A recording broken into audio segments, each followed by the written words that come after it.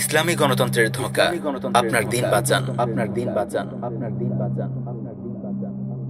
উসমানী খেলাফার পতনের পর মুসলিম বিশ্বের ওপর নেমে আসে পরাজয় ও গোলামির এক অন্ধকার যুগ। অভিভাবকহীন মুসলিম উম্মাহ পাশ্চাত্য সামরিক ও বুদ্ধিবৃত্তিক আগ্রাসনের নির্মম শিকারে পরিণত হয়।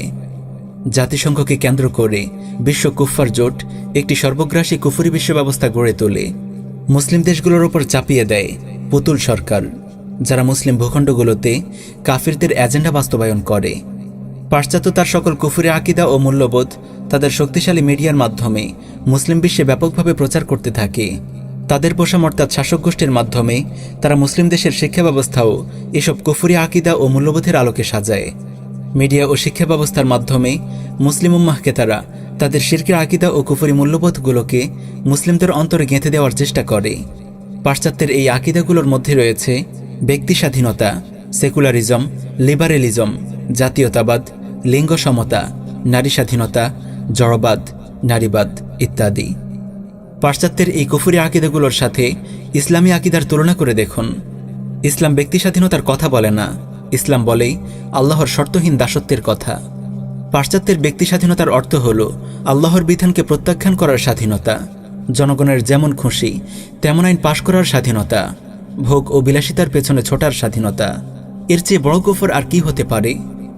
সেকুলারিজম বা ধর্মনিরপেক্ষতার মর্ম হল সকল ধর্মই সঠিক, কোনো ধর্মই অন্য কোনো ধর্মের চেয়ে শ্রেষ্ঠ নয়।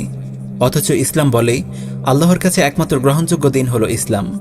সেকুলার রাষ্ট্রে মুসলিমরা কেবল ব্যক্তিক ও পারিবারিক জীবনে ইসলাম পালন করার অধিকার পাবে, কিন্তু সামাজিক ও রাষ্ট্রীয় জীবনে তাকে মেনে চলতে হবে রাষ্ট্রের কুফরি সংবিধান। এমনকি সংবিধান কখনো মুসলিমদের ব্যক্তিক ও পারিবারিক জীবনেও হস্তক্ষেপ করে। যারা ধর্মনিরপেক্ষতায় বিশ্বাস করে এবং ধর্মনিরপেক্ষ সংবিধান গ্রহণ করে তারা নিঃসন্দেহে কাফির হয়ে যায়। এভাবে পাশ্চাত্যের এই আকিদাগুলো ইসলামী আকিদার সম্পূর্ণ বিপরীত। কেউ যদি পাশ্চাত্যের এই কুফরি আকিদাগুলোকে সঠিক অর্থে বিশ্বাস করে তাহলে সে নিঃসন্দেহে ঈমানের গণ্ডি থেকে বেরিয়ে কাফির হয়ে যায়। কেউ যদি এসব আকিদার ওপর মারা যায় সে নিঃসন্দেহে চিরস্থায়ী জাহান্নামী। পাশ্চাত্যের এসব কুফরি আকিদা নিয়ে আমরা কোনো মজলিসে বিস্তারিত আলোচনা করার চেষ্টা করব ইনশাআল্লাহ। প্রিয় উম্মাহ, গণতন্ত্রের ব্যাপারে মুসলিম উম্মাহকে অনেকভাবে ধোঁকা দেওয়া হয়েছে। গণতন্ত্রকে নানাভাবে ইসলামের পোশাক পরানোর অপচেষ্টা হয়েছে। গণতন্ত্রকে কেবল ক্ষমতায় আরোহণের শ্রেণী বলে জঘন্য মিথ্যে প্রচারণা চালানো হয়েছে। পাশ্চাত্যের এসব কুফরি ও শিরকি আকিদা এবং মূল্যবোধকে রাষ্ট্রীয়ভাবে প্রতিষ্ঠা ও বাস্তবায়ন করার জন্য কুফর জোট যে সিস্টেম মুসলিম দেশগুলোর উপর চাপিয়ে দিয়েছে তা হল গণতন্ত্র। ইসলামী আকিদা ও মূল্যবোধ রাষ্ট্রীয়ভাবে প্রতিষ্ঠা ও বাস্তবায়ন করার সিস্টেম যেমন খেলাফা, তেমনি পাশ্চাত্য কুফরি আকিদা ও মূল্যবোধ রাষ্ট্রীয়ভাবে প্রতিষ্ঠা ও বাস্তবায়ন করার সিস্টেম হল গণতন্ত্র।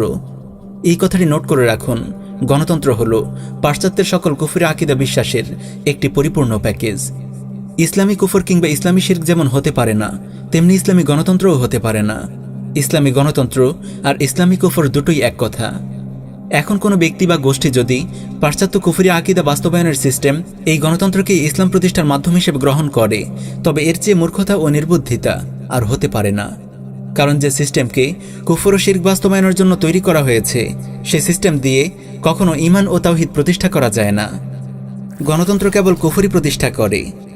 প্রিয় উম্মাহ, গণতন্ত্রের পুরো কাঠামোই এমনভাবে তৈরি যে ব্যক্তি বা দল গণতন্ত্রের পথে চলবে তাকে পদে পদে সুস্পষ্ট কুফর ও শিরকে লিপ্ত হতেই হবে। কুফর ও শিরকের পথ ধরে ইসলাম প্রতিষ্ঠার চিন্তাও কি কেউ করতে পারে? নাউযুবিল্লাহি মিন যালিক। একটি উদাহরণ দিয়ে বিষয়টি স্পষ্ট করার চেষ্টা করব। একজন মুসলিমের আকিদা হল ইনিল হুকমু ইল্লা লিল্লাহ, বিধান দেওয়ার মালিক একমাত্র আল্লাহ রব্বুল আলামিন। একজন মুসলিম কখনো আল্লাহ ছাড়া অন্য কাউকে বিধানদাতা মনে করে না, কিন্তু সে যখন সংসদ নির্বাচনে ভোট দেয় তখন সে বুঝে বা না বুঝে একজন বিধানদাতা নির্বাচন করার জন্য তার রায় পেশ করে। কারণ তার ভোটে নির্বাচিত সংসদ সদস্য সংসদে গিয়ে সর্বপ্রথম যে কাজটি করে তা হল সে আল্লাহর নাজিলকৃত শরিয়াহকে রহিতকারী কুফরি সংবিধানের আনুগত্য এবং কুফরি সংবিধান বাস্তবায়নের শপথ গ্রহণ করে। সহজ ভাষায় বললে সে আল্লাহর নাজিলকৃত শরিয়াহকে প্রত্যাখ্যান করে গায়রুল্লাহর বিধান বাস্তবায়নের শপথ গ্রহণ করে।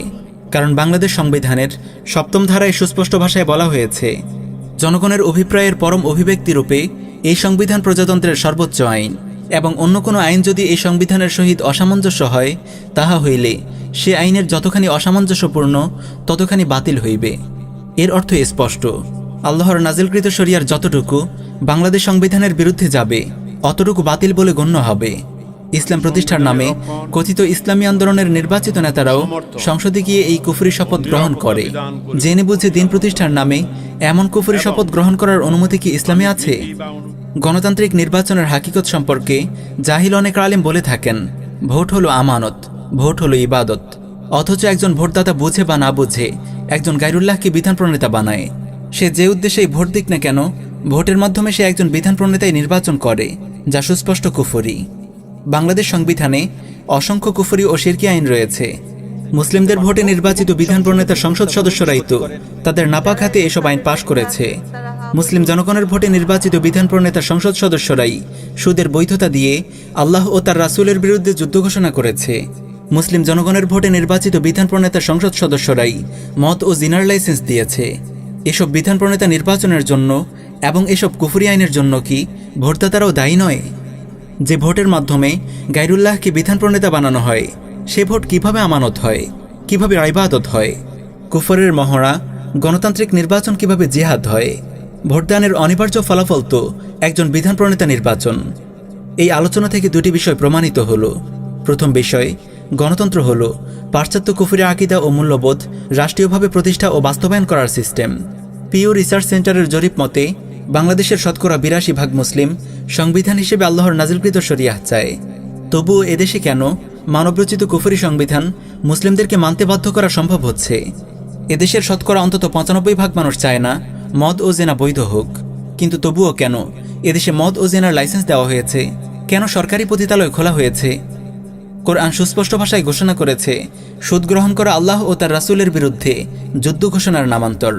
কোনো মুসলিম কি আল্লাহ ও তার রাসূলের বিরুদ্ধে যুদ্ধ ঘোষণা করতে রাজি হবে?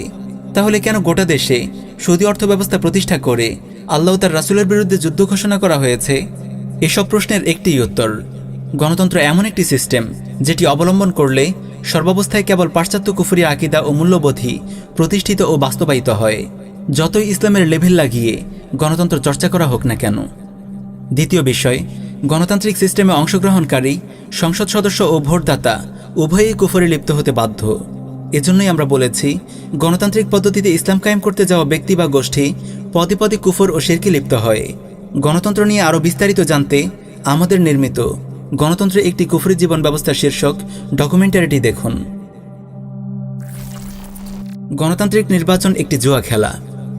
যারা কুফরি প্রতিষ্ঠার সিস্টেম গণতন্ত্রের মাধ্যমে ইসলাম প্রতিষ্ঠার মিথ্যা স্বপ্ন দেখেন, তারা বুঝে বা না বুঝে এই বলে জনগণকে ধোঁকা দেন যে নির্বাচনে জিতে ক্ষমতা দখল করে আমরা স্বয়ং গণতন্ত্রকে উৎখাত করব এবং ইসলামী শরিয়াহ কায়েম করব।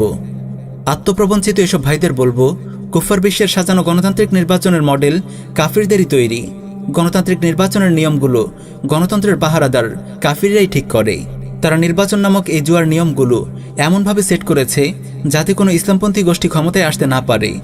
আপনাকে তারা হয়তো ২-১টি ইউনিয়নে চেয়ারম্যান হওয়ার সুযোগ দেবে, বেশির চেয়ে বেশি ২-১টি আসনের এমপি হওয়ার সুযোগ দেবে, যাতে আপনি লোভে পড়ে গণতন্ত্রের মানহাজ পরিত্যাগ না করেন। কিন্তু দিন শেষে চূড়ান্ত জয় সেকুলারদেরই হবে, কারণ দুর্ঘটনাবশত কোনো দেশে নির্বাচনে কোনো ইসলামপন্থী দল যদি জিতেও যায়, তবে গণতন্ত্রের পাহারাদার কুফার জোট নিয়মকানুনের তোয়াক্কা না করে সামরিক অভ্যুত্থান ঘটিয়ে তাদেরকে ক্ষমতাচ্যুত করবে।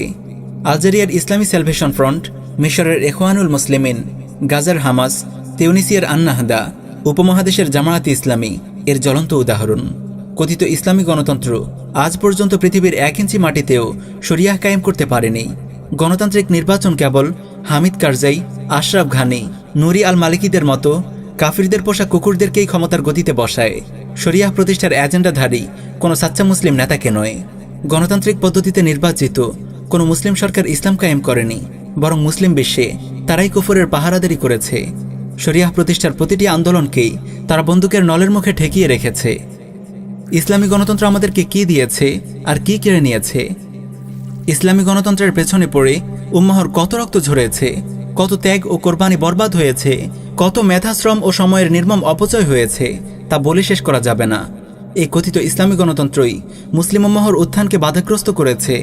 মুসলিম উম্মাহকে সামরিক ও বুদ্ধিবৃত্তিক বিজয়ের পরিবর্তে পরাজয়, লাঞ্ছনা ও গোলামির দিকে ধাবিত করেছে। মুসলিম উম্মাহ কথিত ইসলামী গণতন্ত্রের পথে যতদূর এগিয়ে যাবে, দিন কায়েমের গন্তব্য থেকে ততদূরে সরে পড়বে। কারণ কথিত ইসলামী গণতন্ত্র ইসলামের বিজয় আর উত্থানের উল্টো পথে যাত্রা বই কিছু নয়। এই ইসলামী গণতন্ত্র চর্চা আমাদেরকে কি দিয়েছে তা আপনাদের সামনে স্পষ্ট, কিন্তু কি কেড়ে নিয়েছে তা অনেকের সামনে স্পষ্ট নয়। চলুন সংক্ষেপে বিষয়টির ওপর আলোকপাত করা যাক। ইসলামী গণতন্ত্র মুসলিমদেরকে তাওহীদ ফিত তাশরিয় তথা তাওহীদুল হাকিমিয়ার আকীদা থেকে বিচ্যুত করেছে। কথিত ইসলামী গণতন্ত্রের ধারকবাহকরা হিকমতের নামে তাওহীদের এই আকীদা জনগণের সামনে স্পষ্ট করেনি। ফলে অধিকাংশ মুসলিম জানে না আল্লাহ ছাড়া বিধান দেওয়ার মালিক কেউ নেই। গায়রুল্লাহকে বিধানদাতা মনে করা, গায়রুল্লাহকে বিধানদাতা হিসেবে নির্বাচিত করা এবং আল্লাহর নাজিলকৃত আইনকে মানুষের অনুমোদনের জন্য সংসদে উত্থাপন করা জঘন্যতম শিরক।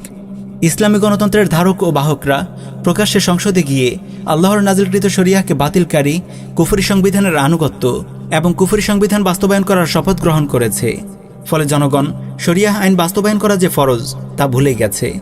আল্লাহর নাজিলকৃত বিধান ব্যতীত অন্য কোনো বিধান দিয়ে বিচার ও শাসনকার্য পরিচালনা করা যে শিরক তা ভুলে গেছে। এভাবে কথিত ইসলামী গণতন্ত্র ঈমান ও কুফরের সীমানা মুছে দিয়েছে। মুসলিম নেতাদেরকে তাওহীদের মতো ইসলামের মৌলিক আকীদা নিয়ে লুকোচুরি করতে বাধ্য করেছে। কোনো ইসলামী গণতান্ত্রিক নেতা কি জনসভায় বলতে পারবে এদেশের কুফরি সংবিধানের আনুগত্য করা কুফরি, আমি সংবিধানের অমুক অমুক আইন মানি না? কথিত ইসলামী গণতন্ত্র চর্চার ফলে জনগণের সামনে ইসলামের একটি খণ্ডিত ভার্সন উপস্থাপিত হয়েছে। মানুষ ইসলামী খেলাফা, ইসলামী রাষ্ট্র ব্যবস্থা, ইসলামী অর্থব্যবস্থা, ইসলামী দণ্ডবিধির কথা ভুলে গেছে। তারা ইসলামকে কেবল ব্যক্তিগত ও পারিবারিক জীবনে আচরিত কিছু আনুষ্ঠানিকতা ভেবে বসে আছে। কথিত ইসলামী গণতন্ত্র মুসলিম উম্মাহকে দিন কায়েমের নববী মানহাজ দাওয়াহ ইরশাদ ও জিহাদ থেকে বিচ্যুত করেছে এবং কুফরি গণতন্ত্রের পথে ধাবিত করেছে। জনগণকে ধোঁকা দিয়ে বলা হয়েছে নির্বাচন করাই জিহাদ, আমাদের ভোট দিলে ভোটটি রাসূলুল্লাহ পাবে, নাউযুবিল্লাহি মিন যালিক।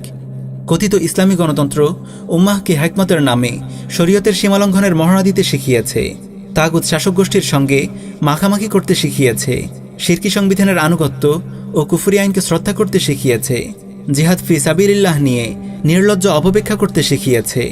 এভাবে কথিত ইসলামী গণতন্ত্র ইসলামের কল্যাণ সাধন করার পরিবর্তে ইসলামের উত্থান ও বিজয়ের পথে বাধা হয়ে দাঁড়িয়েছে। তাহলে গণতন্ত্রের বিকল্প কি? যখনই গণতন্ত্রের কুফরি ও অসারতার কথা তুলে ধরা হয় তখনই কিছু ভাই প্রশ্ন করেন, তাহলে গণতন্ত্রের বিকল্প কি? আমরা কিভাবে দিন প্রতিষ্ঠার কাজ করব? কোন পদ্ধতিতে খেলাফা আলা মিনহাজিন নবুয়াহ প্রতিষ্ঠার জন্য সংগ্রাম করব? প্রিয় ভাই ও বোনেরা, দিন প্রতিষ্ঠার রাসূলুল্লাহ নির্দেশিত মানহাজ হল দাওয়াহ ইরশাদ ও জিহাদ। কেবল রাসূলুল্লাহর দেখানো পথেই আল্লাহর জমিনে আল্লাহর দিন কায়েম হবে। আব্রাহাম লিঙ্কনের দেখানো পথে গেলে দিন ধ্বংস ও বরবাদ হবে, ইসলামী আকীদা বিশ্বাস বিনষ্ট হবে। আব্রাহাম লিঙ্কনের ভ্রান্ত গণতান্ত্রিক পথে যে ত্যাগ ও কোরবানি আমরা দিয়েছি, যে মেধা, শ্রম ও সময়ের অপচয় করেছি, তা যদি আমরা রাসূলুল্লাহর মানহাজে ব্যয় করতাম তাহলে আজ এদেশের অবস্থা ভিন্ন হতো। তালিবান মুজাহিদিনরা মাত্র ২০ বছর এই পথে মেহনত করেছেন। আল্লাহ তাআলা তাদের হাতে গোটা কুফার বিশ্বকে পরাজিত করেছেন। আফগানের বিশাল বিস্তৃত ভূখণ্ডে তারা আল্লাহর দিন প্রতিষ্ঠা করতে সক্ষম হয়েছেন, আলহামদুলিল্লাহ। ভেবে দেখুন, এই কুফরি গণতন্ত্র আমাদের কত কিছু কেড়ে নিয়েছে, আমাদেরকে কত পেছনে নিয়ে গেছে।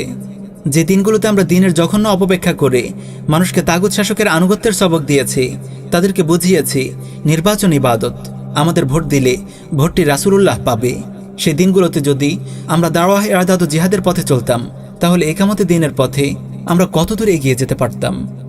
এতদিন যদি আমরা তাগুতি বিশ্ব ব্যবস্থা এবং কুফরি রাষ্ট্র ব্যবস্থার স্বরূপ মুসলিমদের সামনে তুলে ধরতাম, সৌদি অর্থ ব্যবস্থার বিরুদ্ধে জনগণকে সচেতন করতাম, ইরশাদের ফরজ আদায় করার মেহনত করতাম, ইসলামী শরিয়াহ প্রতিষ্ঠার অনিবার্যতার কথা জনগণের সামনে তুলে ধরতাম, তাহলে আজ এদেশেও আফগানের মতো লক্ষ লক্ষ মুজাহিদ তৈরি হয়ে যেত।